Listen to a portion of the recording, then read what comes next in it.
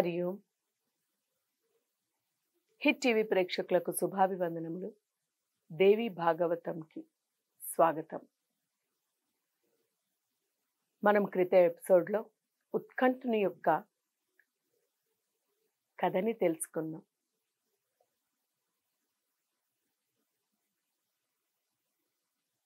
పురాణవ ఇది పురాణం అంటున్నాం. అంటే పురాణమైనటువంటి కథలైనప్పటికీ కూడా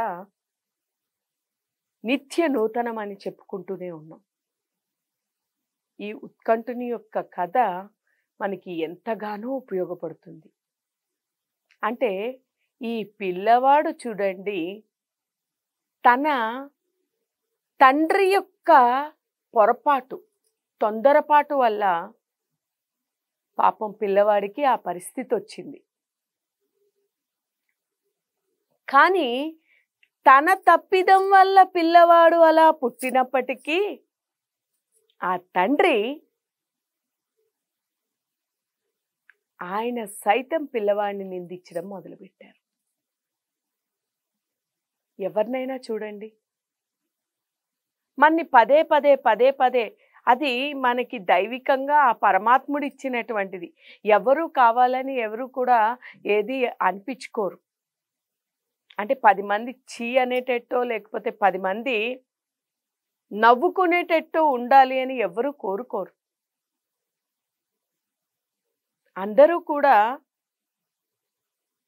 ఒకళ్ళు మెచ్చుకోవాలో లేకపోతే కనీసం మెచ్చుకోకపోయినా తిట్టుకోకుండా ఉండేటట్టయినా ఉండాలనే చూస్తారు.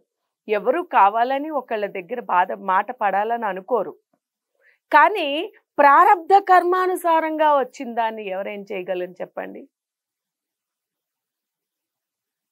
మనం అనుకుంటాము మనం ఈ రోజుల్లోని అనుభవించేదంతా లేకపోతే జరుగుతున్నదంతా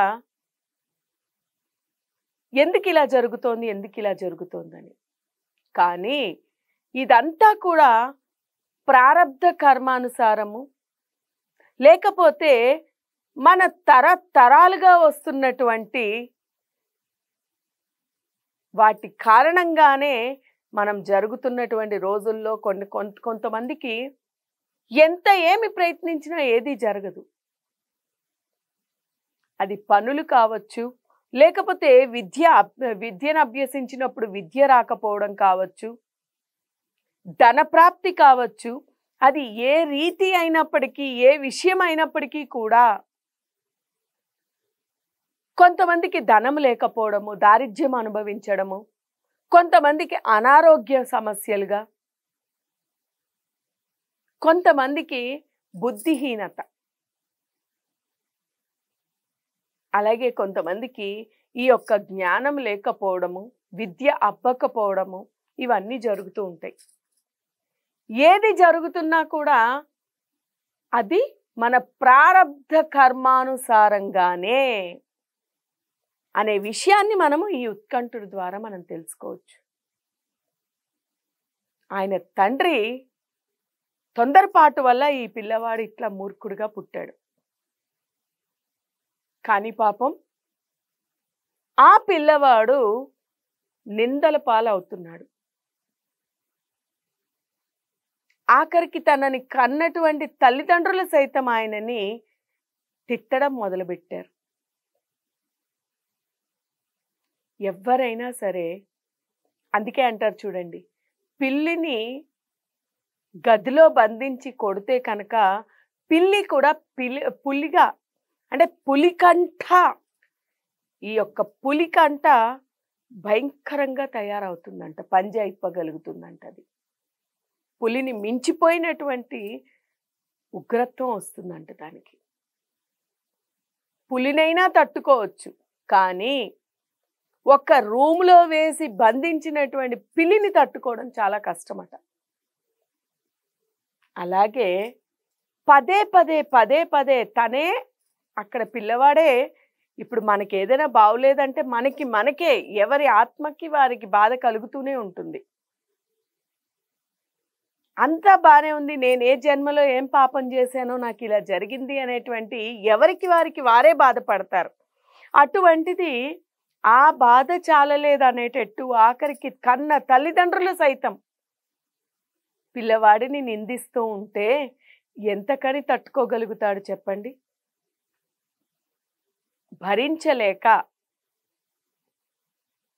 ఇక అక్కడ ఉండలేక, ఎవరికీ ఎదురు వెళ్ళలేక అతను అతని యొక్క ఇల్లు వదిలేసి గంగా నది తీరానికి వెళ్ళిపోయి అక్కడ ఒక కుటీరం ఏర్పాటు చేసుకుని ఏదో చేతికొచ్చినది చేసుకుంటూ ఆయన ధ్యానం చేసుకుంటూ ఆయన జీవితాన్ని అక్కడ గడుపుతూ ఉన్నాడు. ఆయన ఒక ఒట్టు పెట్టుకున్నాడు, ప్రామిస్ చేసుకున్నాడు.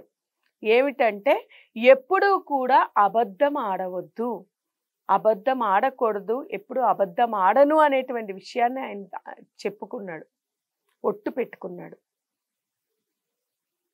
అందుకనే అంటారు చూడండి, మాట ఇవ్వడం గొప్ప కాదు, మాట నిలబెట్టుకోవడమే చాలా గొప్ప అని.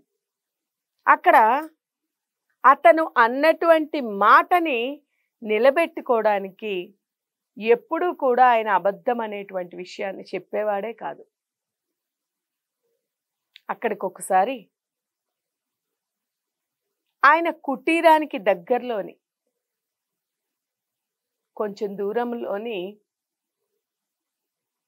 వేటగాళ్ళు వేటాడుతూ ఒక పంది మీదకి బాణం విసిరారు.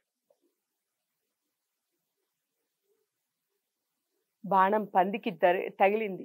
అది ఆ యొక్క బాధతోనే, ఆ బాణం తగిలినటువంటి ఆ దెబ్బ యొక్క బాధతోనే ఆ పంది ఆ బాణంతో సహా అది పరుగు పరుగును వెళ్ళి ఈ ఉత్కంఠుడు, ఈ సత్యవ్రతుడు, అంటే సత్యవ్రతుడు అనేటువంటి పేరు కూడా పెట్టారు. ఎందుకంటే ఎప్పుడు సత్యమే పలుకుతూ ఉండాలి అని అనుకున్నాడు కదా ఆయన, ఎప్పుడు సత్యమే మాట్లాడేవాడు కాబట్టి సత్యవ్రతుడు అనేటువంటి నామాన్ని ఆ చుట్టుపక్కల వాళ్ళందరూ కూడా పెట్టుకోవడం జరుగుతుంది. సత్యవ్రతుడుగానే పిలువబడుతున్నాడు. అప్పుడు ఆ సత్యవ్రతుడి యొక్క కుటీరంలోకి చేరుకుంది ఈ పంది.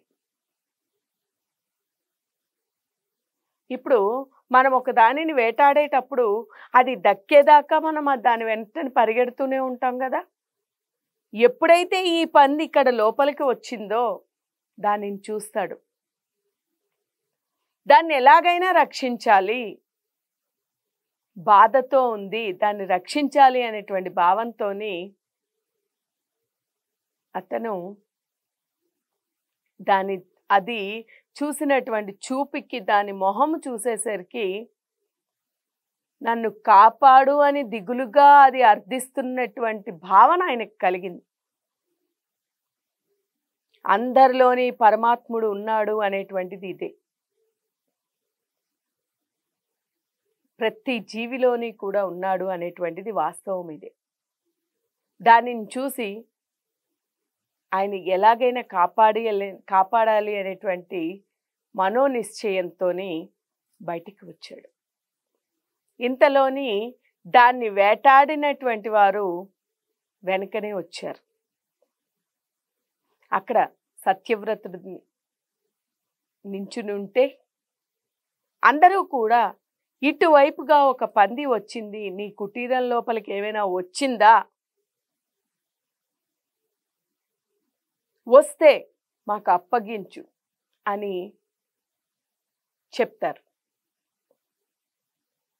ఆయన వీరిని చూస్తే వీరు అడిగినటువంటి ప్రశ్నకి అబద్ధం చెప్పలేడు. ఎందుకంటే ఆయన ప్రమాణం చేసుకున్నాడు, అబద్ధం చెప్పను అని. మరి అక్కడ దాన్ని రక్షించాలి అంటే అబద్ధం చెప్పాలి, లేదు అంటే దాన్ని అప్పచెప్పేయాలి. ఒక జీవి పోతుంది, అక్కడ జీవిని బాధ పెట్టకూడదు, ఇక్కడ అబద్ధం చెప్పకూడదు. ఏం చెయ్యాలని ఆలోచిస్తాడు. అప్పుడు ఆయనకు ఒక ఆలోచన వచ్చి ఐ అంటాడు. అలాగే చూసినది చెప్పలేదు, చెప్పేది చూడలేరు అని. చూడలేదు అని. చూసారా? చూసేది చెప్పలేదు, చెప్పేది చూడలేదు. అంటే కళ్ళతో చూస్తాం కానీ కళ్ళు ఏమీ చెప్పలేవు.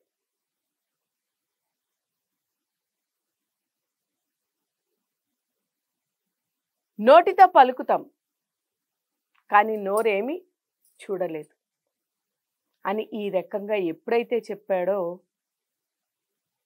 ఇక వాళ్ళు ఆశ వదిలేసుకుని ఇక ఆ పంది దొరకదు అనేటువంటి భావనతోని వాళ్ళు అక్కడి నుంచి అక్కడికి వెళ్ళిపోయారు. అది గ్రహించినటువంటి వాళ్ళు అతను ఆ పందిని రక్షించి దాన్ని పంపించడంతో పాటు ఐ అని యాదృచ్ఛికంగా అనుకోకుండా ఐ అని పలికినటువంటి ఆ బీజాక్షరానికి ఆ జగన్మాత కరుణ లభించి ఆయన మహాజ్ఞాని అయ్యి అప్పటికప్పుడే ఎన్నో పద్యాలు అమ్మ మీద చెప్పడం జరుగుతుంది. మహాపండితుడిగా తయారయ్యాడు. ఇది తెలుసుకున్నటువంటి వారు రాజ్యం నుంచి తల్లిదండ్రులు వచ్చి రాజ్యానికి తీసుకుని వెళ్ళారు. అంటే ముందు ఎవరైతే హాస్యం చేశారో, ముందు ఎవరైతే కోప్పడ్డారో, ముందు ఎవరైతే ఈతనిని పదే పదే నిందించారో వాళ్ళందరూ కూడా వచ్చి ఈయనని ప్రశంసించడము, ఈయన గురించి గొప్పగా చెప్పుకోవడం జరిగింది. చూసారా? అంటే ఎప్పుడైనా సరే పరమాత్ముని యొక్క అనుగ్రహాన్ని సంపాదించడానికి ప్రయత్నించినట్టయితే ఆ జగన్మాత యొక్క అనుగ్రహంతోని లభ్యం కానటువంటిది ఏదీ లేదు. పరమాత్ముని యొక్క కృపతోనే ప్రతిదీ ఉంది. తల్లిదండ్రులు పిల్లవాడు ఇంటి నుంచి కూడా వెళ్ళిపోయినా పట్టించుకోలేనటువంటి తల్లిదండ్రులు, ఆ రాజ్యంలో ఉండేటువంటి ప్రజలు ఎవరైతే ఇతనిని చూసి హాస్యం చేశారో వాళ్ళు అందరూ కూడా ఆశ్చర్యపోయేటట్టు ఆయన అంతటి జ్ఞాని అయ్యారు. ఎక్కడైతే పోగొట్టుకున్నామో అక్కడ యుద్ధం చేస్తే మనకి కొన్ని రావండి. ఓర్పు సహనంతోని, జ్ఞాన బుద్ధితోని, తెలివితోని, విద్యతోని వారిని జయించాలి. అదే పని చేశాడు. మనం కూడా అలాగే ఎక్కడైతే మనము పేరు ప్రఖ్యాతలు కానీ ఏదైనా పోగొట్టుకున్నామో అక్కడే నిలిచి ఆ జగన్మాత యొక్క కృపను సంపాదించి, జగన్మాతని అర్థించి, సత్యాన్ని వదలకుండా, అక్కడ సత్యవ్రతుడు, ఈ కథలో సత్యవ్రతుడు సత్యాన్నే పలికేవాడు. సత్యాన్ని వదలకుండా సత్యాన్నే పట్టి పట్టుదలగా నించుని ధర్మంగా వచ్చినటువంటి సంపాదించినటువంటి ధనాన్ని వాడుతూ తన జీవనాన్ని గడిపాడు. కాబట్టి ఆయన పామరుడు కాస్త పండితుడయ్యాడు, మూర్ఖుడు కాస్త మహాపండితుడయ్యాడు. దైవానుగ్రహం సంపాదించి ఆ జగన్మాత కృపకి పాత్రులైతే దొరకనిది అంటూ ఏదీ లేదు. కాబట్టి మనందరము కూడా ఆ జగన్మాత యొక్క కరుణకి పాత్రులు అవ్వాలని కోరుకుంటూ హరి ఓం తత్సత్.